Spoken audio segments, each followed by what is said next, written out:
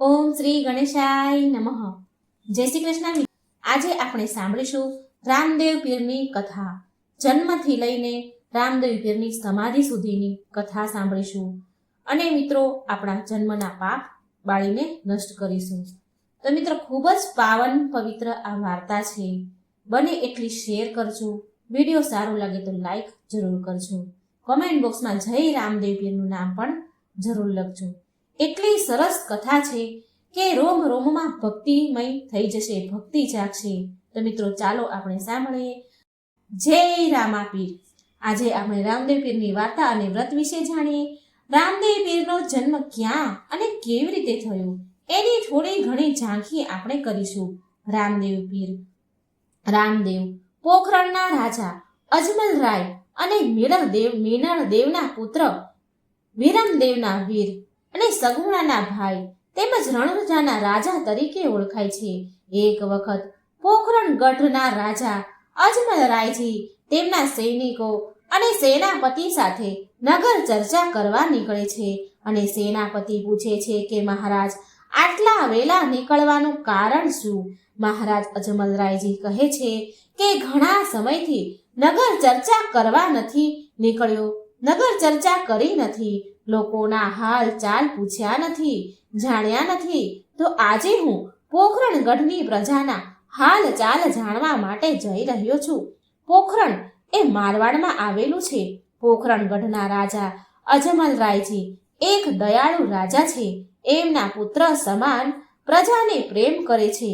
પ્રજા એમના પુત્ર સમાન છે, પણ એમની પ્રજા એમના માટે કંઈક જુદું જ વિચારે છે. જ્યારે નગર ચર્ચા કરવા આવ્યા ત્યારે ખેડૂત ભાઈઓ ખેતરમાં વાવણી કરવા જઈ રહ્યા હતા અને અચાનક જ રાજાને આવતા જોઈ અને ઊંધું ફરીને મોઢું ફેરવીને ઊભા રહી ગયા. રાજાએ અજમલરાયે પૂછ્યું, કેમ ભાઈઓ, તમે મને જોઈને આમ ઊંધા કેમ ફરી ગયા? કેમ ઊંધા ફરીને ઊભા છો? જે હોય તે સાચું કહેજો. એટલે ખેડૂત ભાઈએ કહ્યું, મહારાજ, ભૂલ થાય તો માફ કરજો, પણ આજે અમે વાવણી કરવા જતા હતા અને તમારા દર્શન થયા. પણ તમારા દર્શન તો અમારા માટે અપશુક નિયાળ છે કહેવાય, કારણ કે તમે વાંજ્યા છો. જો તમારા દર્શન કરીને અમે વાવણી કરવા જઈશું તો અમારો પાક સારો નહીં થાય. અને રાજા અજમલરાય બોલ્યા, હું ક્યાં વાંજ્યો છું ભાઈઓ? મારા ઘરે તો ત્રણ દીકરીઓ છે, લાશા, લક્ષ્મી અને સગુણા. ત્યારે ખેડૂત ભાઈ કહે છે, મહારાજ, દીકરી તો પારકી થાપણ કહેવાય, એને તો પરણીને પારકે ઘેર જવું પડશે. તમારો મહેલ સૂનો થઈ જશે, પછી તમારે ત્યાં રાજ ચલાવનાર કોણ? તમારો વંશ સંભાળનાર કોણ? આ સાંભળી અજમલરાય ખેડૂતોની માફી માંગી પાછા વળે છે અને મહેલમાં ચૂપચાપ ફર્યા કરે છે. અને મીનળદેવ આ બધું જ જોઈ રહ્યા હતા. તેમને ચિંતા થાય છે અને પૂછે છે કે હે મહારાજ, એવું તો શું થયું છે કે તમને એવી કઈ ચિંતા પૂરી ખાય છે કે 2 દિવસથી તમે અનાજનો દાણો પણ નથી લીધો કે નથી વાતચીત કરતા? અને રાજા મીનળદેવ આખી જ ઘટના વિશે વાત કરે છે મીનળદેવને અને કહે છે કે મહારાણી, મારા પગલાં મારી પ્રજા માટે અપશુક નિયાળ છે. તો આવા રાજા બનીને રાજ કરવાનો શું ફાયદો? જીવીને શું ફાયદો? મહારાણી, હવે મારાથી વાંજ્યા મેણા નથી જીરવી શકાતા. ત્યારે મીનળદેવ બોલ્યા, મહારાજ, શાંત થઈ જાઓ. શાસ્ત્રમાં દરેક દુઃખના નિવારણ હોય છે. મારી વાત માનો તો તમે દર વખતની જેમ તમે ગંગાજીના દર્શન કરી કાશીના યાત્રાએ જઈ આવો, કેદારનાથના દર્શન કરી આવો. શિવજી જરૂર આપણા ઉપર કૃપા કરશે. રાજા મીનળદેવની આ વાત સાંભળે છે અને સહમત થયા અને દર્શન કરવા માટે પ્રયાણ કરે છે અને પ્રતિજ્ઞા લે છે કે જો મને શિવજીની કૃપા નહીં મળે, ભોળાનાથ પ્રસન્ન નહીં થાય, તો હું ત્યાં જ શિવજીના ધામમાં અન્ન જળનો ત્યાગ કરી મારા જીવનનો અંત લાવી દઈશ. અને અજમલરાય ભોળાનાથના દર્શન કરવા જાય છે. ભોળાનાથના દર્શન કરે છે ત્યારે કહે છે કે ભોળાનાથ કહે છે એમને રાજાને કે હે અજમલરાય, તમારું નિવારણ દ્વારકામાં બિરાજમાન ખરા દ્વારકાધીશ કરી શકશે. તમે ત્યાં જાઓ અને એમને અરજ કરો કે હે કાનુડા, વિધાતાએ આપેલા વાંઝા મેણામાંથી મને ઓગાર. મારાથી મેણા નથી સંભળાતા, મેણા ટોળા સહન નથી થતા. અને અજમલરાય દ્વારકામાં જાય છે, દ્વારકાધીશના દર્શન કરે છે અને તેમને અરજ કરે છે, હે કાનુડા, મને વાંઝ્યા મેણામાંથી ઉગાર. ત્યારે ત્યાં હાજર પૂજારી હતા. એ કહે છે કે આ તો એક મૂર્તિ છે. જો તમારે ખરા કૃષ્ણના દર્શન કરવા હોય, ખરા દ્વારકાધીશના દર્શન કરવા હોય તો તમારે સમુદ્રમાં કૂદકો મારવો પડશે, કારણ કે દ્વારકાધીશની નગરી તો સમુદ્રમાં છે, તે સોનાની નગરી છે. ત્યારે અજમલરાય કહે છે કે મને ત્યાંનો માર્ગ બતાવો. અને પૂજારીજી એમને માર્ગ બતાવે છે. અને અજમલરાય તો પુત્રની ઝંખનામાં અંધ હતા. એમને વાંઝિયા મેણામાંથી મુક્ત થવું હતું અને એમણે સમુદ્રમાં કૂદકો માર્યો અને પહોંચી ગયા સોનાની નગરી દ્વારકામાં. અને ત્યાં તેમણે કૃષ્ણ ભગવાનને જોયા. અને અજમલરાયે ભગવાન કૃષ્ણને આજીજી કરી અને કહ્યું. અને કૃષ્ણ ભગવાન અજમલરાયજીને કહે છે કે લો, આ પુષ્પ પારણામાં પધરાવજો, તમારે ત્યાં દીકરાનો જન્મ થશે. અજમલરાયજી શ્રી કૃષ્ણ ભગવાનને ફરી કાલાવાલા કરે છે કે હું એવું ઈચ્છું છું કે તમે મારે ત્યાં પુત્ર રત્ન તરીકે પધારો. અને કૃષ્ણ ભગવાન એમને બીજું પુષ્પ અર્પણ કરે છે અને કહે છે, જરૂર, તમારો દીકરો બનીને હું અવતાર લઈશ. પ્રથમ પુત્ર તમારે થાય તો એમનું નામ વિરમદેવ રાખજો. અને લો, આ મારી 4 નિશાની છે. 4 નિશાની રતન, કટોરો, કેડિયું, અમરડાળ. જો આ 4 નિશાની તમને દેખાય તો માનજો કે મારો જન્મ થયો. અને મારું નામ રામદેવ પીર રાખજો. ભાદરવા સુદ 11 પ્રાતઃકાળે હું આવીશ અને મહેલમાં કુમકુમ પગલા પડે તો જાણજો કે મારો જન્મ થયો છે. તમે પિતા અને હું તમારો પુત્ર અને તમારા બીજા સેવકો મારા લીલુડા ઘોડા તરીકે રહેશે. અને પછી અજમલરાય ખુશ થઈને બંને પુષ્પ લઈને પોખરણગઢ પણ પાછા ફર્યા. અને ભાદરવા સુદ 11 કૃષ્ણ ભગવાનનો જન્મ થાય છે અને એમનું નામ રામદેવ પીર રાખવામાં આવ્યું. રામદેવ પીર એ તો ભગવાનનો અવતાર, એટલે એ બાળપણથી જ એમના પરચા દર્શન કરાવતા રહ્યા.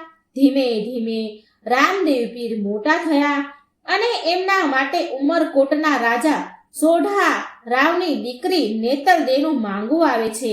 ઉમરકોટથી ઘર મહારાજ પોખરણગઢ પધારે છે અને કહે છે, હે અજમલરાય, રામદેવ પીરના પરચા આખા ભારત વર્ષમાં પ્રસિદ્ધ થયા છે. એમની પ્રશંસા સાંભળીને નેતલદે તેમને મનોમન વરી ચૂક્યા છે અને જીદ લઈને બેઠા છે કે પરણીશ તો રામદેવજીને, નહીતર આજીવન કુંવારી રહીશ. પણ મહારાજ સોઢા નરેશને એની ચિંતા થાય છે, કારણ કે નેતલદે જન્મથી અષ્ટાંગ, એમનું પૂરું શરીર વક્ર ગતિએ છે અને દેખાવે કદરૂપા છે. એટલે બિચારા પુત્રની જીદ આગળ લાચાર થઈ ગયા છે. પુત્રીની જીદ આગળ લાચાર છે અને ભગવાનની પ્રતિમા સામે આંસુડા સારે છે. મહારાજ, આપના પુત્ર તો સ્વયં દેહધારી પરમાત્મા છે, એટલે જરૂરથી સોઢા રાવની ચિંતા દૂર કરશે. રાજકુમારી નેતલદેનો ઉદ્ધાર કરશે.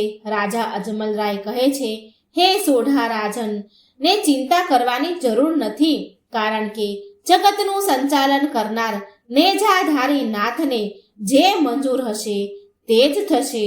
એને કોણ રોકી શકે, કોણ અટકાવી શકશે? અજમલરાયજી કહે છે કે ગોર મહારાજ, તમે સાથે લાવેલ શ્રીફળ અને સુકનની મીઠાઈ અમને મંજૂર છે. સોઢા કુળની સુકનવંતી કન્યા આ પોખરણગઢને સ્વીકાર છે અને પોખરણગઢને ઉજાગર કરશે. ભૂદેવ, સોઢા રાજને કહેજો કે લગ્નની તૈયારી કરી દે અને અમે જાન લઈને આવી પહોંચીશું. લગ્નની તૈયારી થઈ ગઈ છે.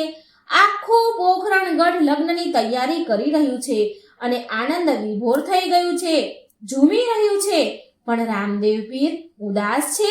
જ્યારે માતા મિનળદે પૂછે છે, શું થયું મારા રામદેવ લાલને? ત્યારે રામદેવજી કહે છે કે માં, મારી 2 બહેનો લાશા અને લક્ષ્મી મારા લગ્નમાં આવી હોય અને મારી મોટી બહેન સગુણા આવી ન હોય તો ઘર બાર સૂના લાગે ને માં. માં કહે છે, વર્ષો થયા સગુણાના સાસરિયા પઢિયાર સાથે મતભેદ થયા પછી ત્યારથી પિયર નથી મોકલતા. તમારા બહેન તમારા લગ્નમાં આવવા માંગતા હોય તો પણ કેવી રીતે આવે? ત્યારે રામદેવજી કહે છે, પણ માં, સગુણાને કંકોત્રી તો મોકલવી પડશે. માં કહે છે, લગ્ન તો નજીક આવી ગયા છે. ત્યારે રામદેવજી કહે છે, મારો સેવક રત્ન રાયકો એને બોલાવીને કંકોત્રી મોકલી આપીશું આપણે. એ પવન વેગે આ કંકોત્રી પિંગળગઢ જઈને પહોંચાડી આવશે અને સગુણાને લઈને પાછો આવશે. રામદેવ કહે છે, રત્ના રાયકા, લો કંકોત્રી અને તમે સગુણાને પહોંચાડી દો. રત્ન રાયકા મૂંઝાય છે. ત્યારે રામદેવ પીર કહે છે, તમે જરા પણ મૂંઝાશો નહીં અને આવતીકાલે સવારે તમે પિંગળગઢ હશો અને બીજા દિવસે રત્ન રાયકો કંકોત્રી લઈને પિંગલગઢ દરબારમાં પહોંચી જાય છે અને ત્યાં તેનો ઉપહાસ કરવામાં આવે છે. તેમને જેલમાં કેદી બનાવવામાં આવે છે, પણ રત્ન રાયકો તો હસતા મોઢે રામદેવ પીરનું નામ રટતો રહે છે અને પિંગળગઢના રાજાને પરચો મળ્યો. તેને સગુણાને રત્ન રાયકા સાથે પોખરણગઢ રામદેવ પીરના લગ્નમાં જવાની મંજૂરી આપી અને પઢિયાર રાજાએ રામદેવ પીરની માફી માંગી. સગુણાનો તો હરખ માતો નથી, વીરના લગ્નમાં જઈ રહી હતી, પણ વિધાતાને તો કંઈક અલગ જ મંજૂર હશે. માર્ગમાં વિઘ્ન આવ્યું. દિલ્હીના બાદશાહને જાણ થઈ કે સગુણા એમના વીર રામદેવ પીરના લગ્નમાં જઈ રહ્યા છે અને એમને રામદેવ પીરના પરચા જોવા હતા. એટલે એમણે પોતે સગુણાનો માર્ગ રોકવા પોતાના પઠાણોને મોકલ્યા અને કહ્યું કે જંગલમાં સુમસામ જગ્યાએ બેન સગુણાનો માર્ગ રોકજો. અને પઠાણોએ એવું જ કર્યું. એ જ પ્રમાણે જંગલમાં સુમસામ જગ્યાએ સગુણાનો માર્ગ રોક્યો અને સગુણાના દાગીના લૂંટી લીધા અને બેન સગુણાએ પોતાની લાજ બચાવવા પોતાના દાગીના આપી પણ દીધા અને પોતાના વીર રામદેવ પીરને રક્ષા માટે અરજ કરી અને રામદેવ પીરનો પરચો થયો. લૂંટારાઓની આંખો અંજાઈ ગઈ. હવે 3 લૂંટારાઓનો વધ થયો અને ચોથા લૂંટારાએ માફી માંગી અને રામદેવ પીરે એને માફ કર્યો અને પૂછ્યું, આવું કરવાનું કારણ શું છે? ત્યારે લૂંટારાઓએ કહ્યું કે દિલ્હીના રાજાએ મને અહીં મોકલ્યો હતો, એમને તમારા પરચાના દર્શન કરવા હતા. અને રામદેવ પીરે એ લૂંટારાને માફ કરી અને રામદેવ પીરે દિલ્હીના રાજાને પરચો આપ્યો, એને ઊંઘમાંથી જગાડ્યો. દિલ્હીનો રાજા ગભરાયો, માફી માંગી અને રામદેવ પીરે એને માફી આપી, દર્શન આપ્યા અને કહ્યું કે હે બાદશાહ, હવે કોઈ દિવસ ન બોલતો કે હિન્દુસ્તાનની પ્રજા કે તારા માટે દીકરો કે દીકરી છે. અને રામદેવ પીર પરચો આપીને પાછા પોખરણગઢ જાય છે. હવે રામદેવ પીરની જાન જોડાય છે, પણ બહેન સગુણા જાનમાં નથી જઈ શકતી, કારણ કે તેને વારે ઘડીએ એમની સાસુના શબ્દો યાદ આવે છે કે જેવા જાવ છો તેવા જ આવજો. અને અહીં સગુણાનો દીકરો બીમાર પડે છે. અહીં નેતલદેવ પણ કલ્પાંત કરે છે કે તેમણે પ્રભુનું રામદેવ પીરનું જોતર બગાડ્યું અને આ કલ્પાંત જોઈને રામદેવ પીર તેમને પરચો બતાવીને નેતલદેવને સ્વસ્થ કરે છે. ઉમરકોટમાં રામદેવ પીરનો પહેલો ફેરો ફરાય છે અને પોખરણગઢમાં સગુણાના દીકરાના છેલ્લા શ્વાસની ગણતરીઓ થાય છે. જ્યાં રામદેવ પીરનો બીજો ફેરો ફરાય છે ત્યાં સગુણાના દીકરાનું મૃત્યુ થાય છે અને રુદન કરે છે અને કહે છે કે જો મને આવી જાણ હોત તો હું પિંગલગઢથી રામદેવ પીરના લગ્નમાં ન આવી હોત. અને રામદેવજી લગ્ન વિધિ પતાવીને આવે છે અને પોખરણગઢ આવીને કહે છે, બહેન સગુણા ક્યાં છે મારો ભાણિયો, ક્યાં છે? તારો મામો બોલાવે છે. સગુણા આક્રંદ કરી રહી છે, વીરા હવે એ નહીં ઉઠે, એ કાયમ માટે સૂઈ ગયો છે. પણ આ તો રામદેવ પીર છે, પરજો બતાવ્યા વગર રહે નહીં. અને એમણે ભાણિયાને સજીવન કર્યો. પણ લગ્નનો થોડા સમય થતા જ અજમલ રાયને સપનું આવ્યું અને સપનામાં શ્રી કૃષ્ણ ભગવાન દેખાય છે કે એમની સાથે વાત જ કરી રહ્યા હોય છે. ત્યાં લીલુડા ઘોડે રામદેવ પીર સવાર થઈને આવે છે અને કૃષ્ણ ભગવાનમાં સમાઈ જાય છે. અને અજમલ રાય તો અચાનક ઊંઘમાંથી જાગી ઉઠ્યા અને મિનળદે પૂછી રહ્યા છે કે શું થયું રાજન, કેમ આટલા ગભરાયેલા છો? ત્યારે અજમલ રાય કહે છે કે મને સપનું આવ્યું છે. સપનામાં કૃષ્ણ ભગવાન આવ્યા, મને દેખાયા ભગવાન, અને અચાનક જ રામદેવ પીર લીલુડા ઘોડે આવીને એમનામાં સમાઈ ગયા અને ત્યાં ડાલીબાઈ પણ ઊભા હતા. ત્યારે મિનળદે કહે છે, અરે હા ડાલીબાઈ એ તો રામદેવ પીરની પરમ ઉપાસક છે. એ દર માસે બીજનો પાઠ કરે છે અને એ ગામની ગાયોને ચરાવીને ગુજરાન ચલાવે છે. ત્યાં તો રામદેવ પીર પ્રગટ થયા અને કહે છે કે મારી લીલાની અવધિ હવે પૂર્ણ થાય છે અને ભાદરવા સુદ 11 હું સમાધિ લઈશ. તે બધાને જાણ કરી દેજો કે જેથી કરીને બધાનો ભેટો થઈ જાય. બધા સમાધિની તૈયારીઓમાં વ્યસ્ત થઈ જાય છે અને પછી દોડા દોડ કરતા હોય છે. ત્યાં ડાલીબાઈ એક જણને પૂછે છે કે આ શેની તૈયારીઓ થઈ રહી છે? ત્યારે એ કહે છે, ત્યારે ત્યાંના લોકો કહે છે કે અરે ડાલીબાઈ, તમને ખબર નથી? તમે તો રામદેવ પીરના પરમ ઉપાસક છો, તમે એમના ભક્ત છો, તો તમને જાણ નથી કે રામદેવ પીર ભાદરવા સુદ 11 સમાધિ લઈ રહ્યા છે. આ એની તૈયારીઓ થઈ રહી છે બધી. અને ડાલીબાઈને આ વાતની જાણ થતા એ રામદેવ પીર પાસે આવે છે અને કહે છે, ભૂલી ગયા મને? તમારી ભગતને ભૂલી ગયા? તમારા વગર હું એકલી કેવી રીતે રહીશ? પ્રભુ, આ સમાધિમાં તો હું જ લીન થઈશ. જ્યારે ત્યાં ઉપસ્થિત લોકોએ કહ્યું કે અરે, આ સમાધિ તો રામદેવ પીરની છે, તમે આમાં કેવી રીતે આવો? ત્યારે ડાલીબાઈ બોલ્યા કે મારો ત્રિકમનો ઘા અને એમાંથી કાંગસી, દોરો અને ચૂડી નીકળે તો માનજો કે આ મારી સમાધિ છે, અને જો એમાંથી પીતાંબર નીકળે તો માનજો કે આ રામદેવ પીરની સમાધિ છે. અને ત્યાં ઉપસ્થિત ભક્ત હતા, જેમાંથી એક ભક્તજને ત્રિકમનો ઘા કર્યો જમીન પર, અને અંદરથી કાસકી, દોરો અને ચૂડી નીકળ્યા. અને પછી ડાલીબાઈએ એમાં સમાધિ લીધી અને રામદેવ પીરે તેમને વચન આપ્યું કે હે ડાલીબાઈ, ભાદરવી સુદ 9 તમે સમાધિ લીધી છે અને ભાદર સુદ 11ના દિવસે તમારાથી 10 ફૂટ દૂર મારી સમાધિ હશે. હું સમાધિમાં લીન થઈ જઈશ. આટલું સાંભળીને ડાલીબાઈ સમાધિમાં લીન થઈ ગયા. 11નો દિવસ આવ્યો, રામદેવ પીરની સમાધિ લેવાનો દિવસ, અને રામદેવ પીરજીએ છેલ્લું વચન આપ્યું કે દર વર્ષે મહા અને ભાદરવા સુદ માસમાં 10મ અને 11નો રણુજામાં મેળો ભરજો. ત્યારથી જ રણુજામાં રામદેવ પીરના મેળો ભરાય છે અને ત્યારથી જ રામદેવ પીર રણુજાવાળા પ્રસિદ્ધ થાય છે.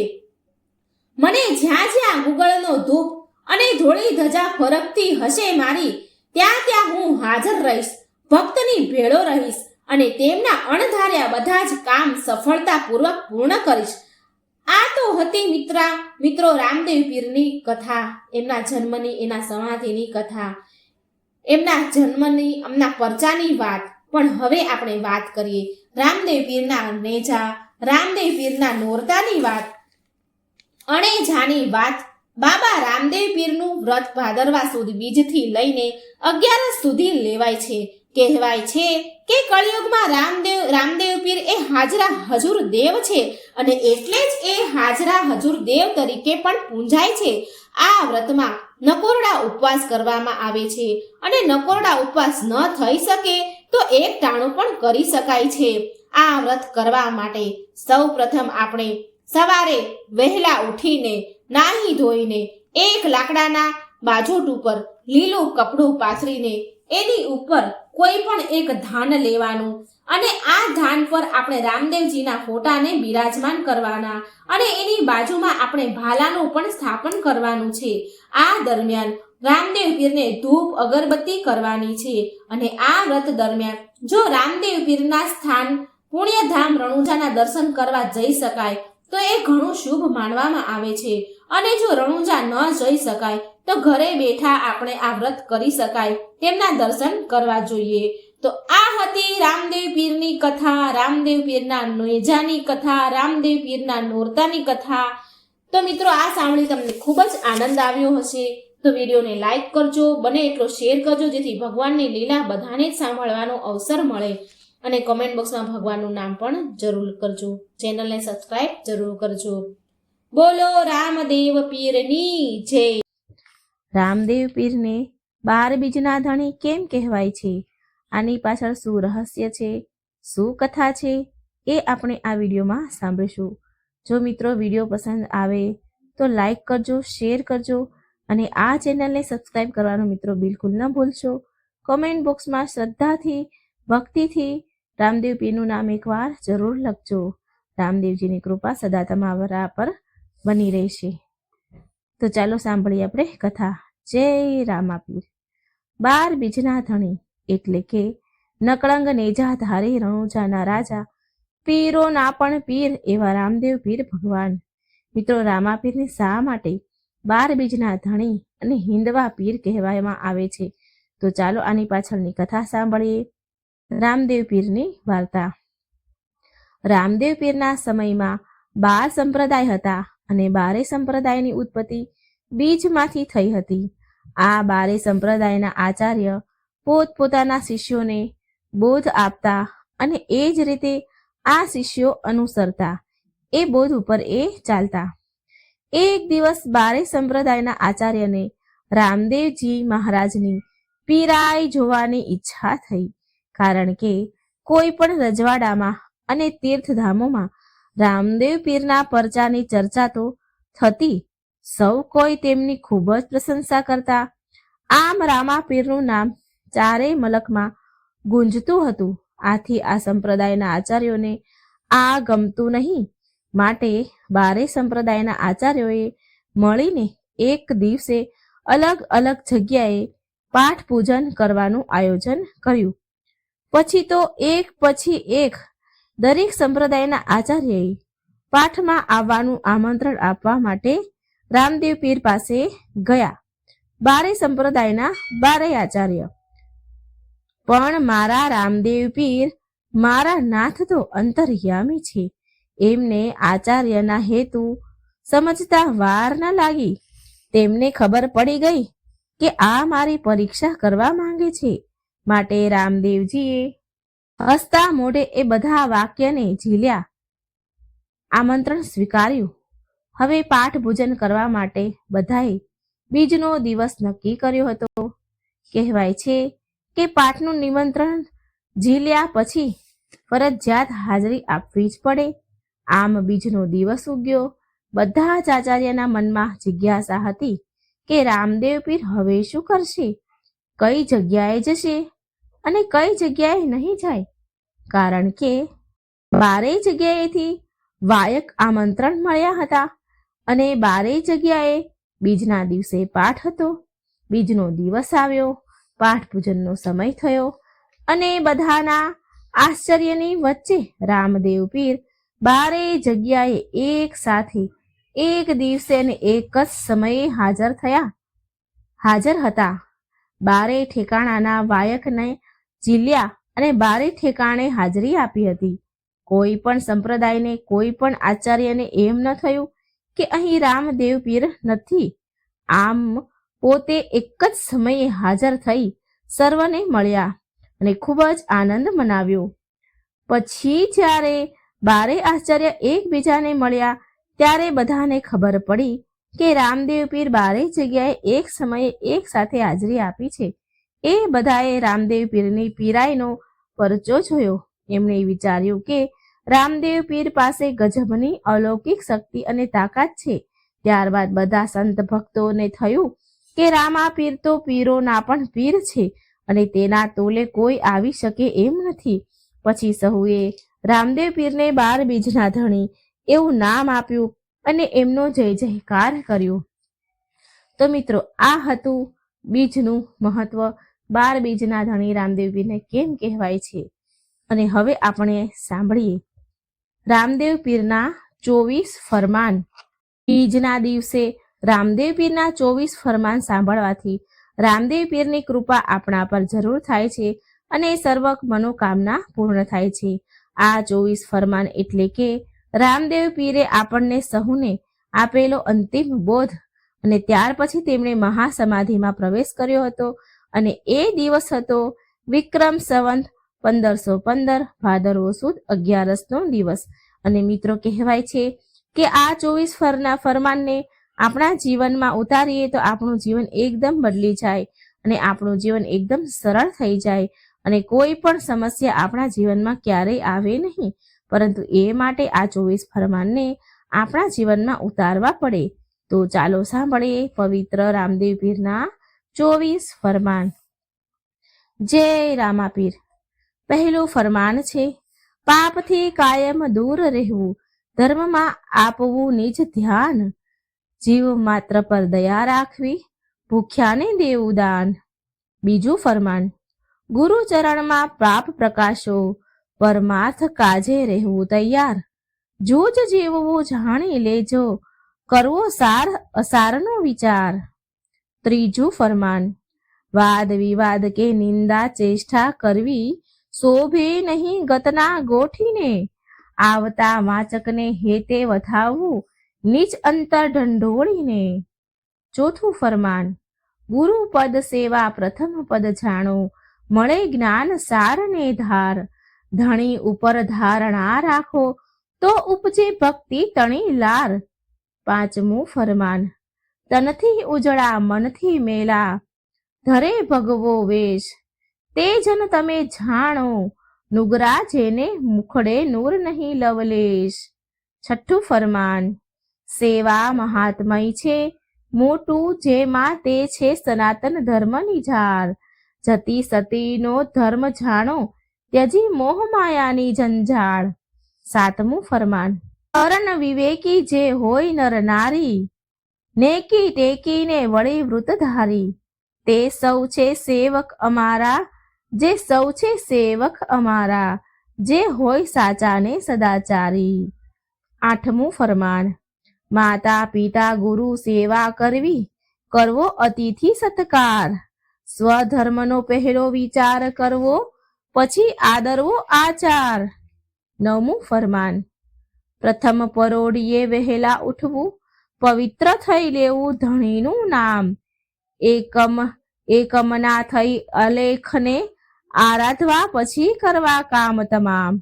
10મું ફરમાન, એક આસ અને અજપા જાપ જપવા, અંતઃકરણ રાખવું નિષ્કામ, 10 ઇન્દ્રિયોનું જ્યારે દમન કરશો, ત્યારે ઓળખશો આત્મારામ. 11મું ફરમાન, દિલની ભ્રાંતિ દૂર કરવી, ત્યજવા મોહમાન, અભિમાન મૃત્યુ સિવાય સર્વ મિથ્યા માનવું, સમજવું સાચું જ્ઞાન. 12મું ફરમાન, સંપત્તિ પ્રમાણે સોડ તાણવી, કીર્તિની રાખવી નહીં ભૂખ, મોટપનો જો અહમ ત્યજશો, તો મટી જશોય ભવ દુઃખ, મટી જશે ભવ દુઃખ. 13મું ફરમાન, સદવર્તનને શુભ ચાર કેળવવા, વાણી વદના કરવો શુદ્ધ વિચાર, શ્વાસ રવે જીવન વિતાવવું, અલખ ધણીનો લઈ આધાર. 14મું ફરમાન, દીનજનોના સદા હિતકારી, પર દુખે અંતર જેનું દુખાય, નિશ્ચય જાણવા તે સેવક અમારા, કદીએ નવ વિસરાય. 15મું ફરમાન, નિસ્વાર્થને વળી સમભાવી, જેને વચનમાં પૂર્ણ સંભાવી, એક ચિતે ભક્તિ કરે, તેને જાણવા હરિના દાસ. 16મું ફરમાન, જન સેવામાં જીવન ગાળે, તે નર સેવા ધર્મી કહેવાય, ઊંચ નીચનો ભેદ ન રાખે, તેવા સમદર્શી નર પૂંજાય.